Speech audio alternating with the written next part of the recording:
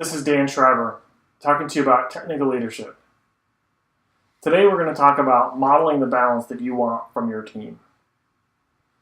I believe in doing as you expect your team to do.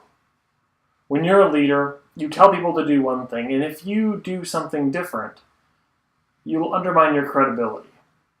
This conflict creates confusion and anxiety with your team. This truth is particularly poignant when it comes to the balance of work and non-work in your life. Model the balance that you want from your team in order to get the very best results. It's important to communicate your expectations regularly and clearly with your team. This communication is important with the balance that you expect from them between home and work. Tell them if you support them taking all your vacation. Tell them if you support them taking paternity leave. Tell them if you support them staying home to take care of a sick family member.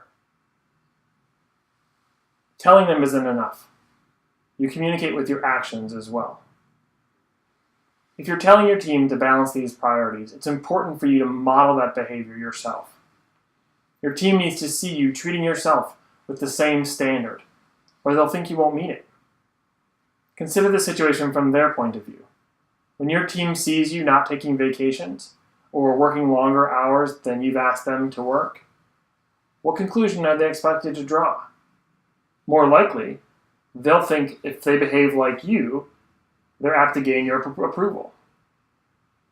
They may even look at the words that you say, encouraging them to take all their vacation, as some kind of trick to test their commitment to work. When someone on your team comes to you, someone you care about, and asks whether that they should stay home to take care of a sick family member, is your first thought to ask them to think about work instead? Probably not. Now flip the script. Are you as kind to yourself in those same situations as you are to the team members that you care about?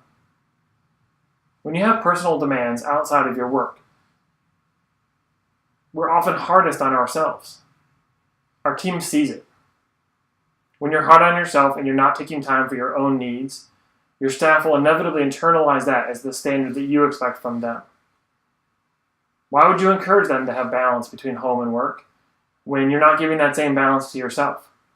They assume that the standard you are going to hold them to is the same standard that you hold yourself to. So ask yourself, what do you want from your team? What balance do you want from them so that you can create a productive and sustainable workplace? Apply that same balance to yourself and be sure that your team sees you live that balance.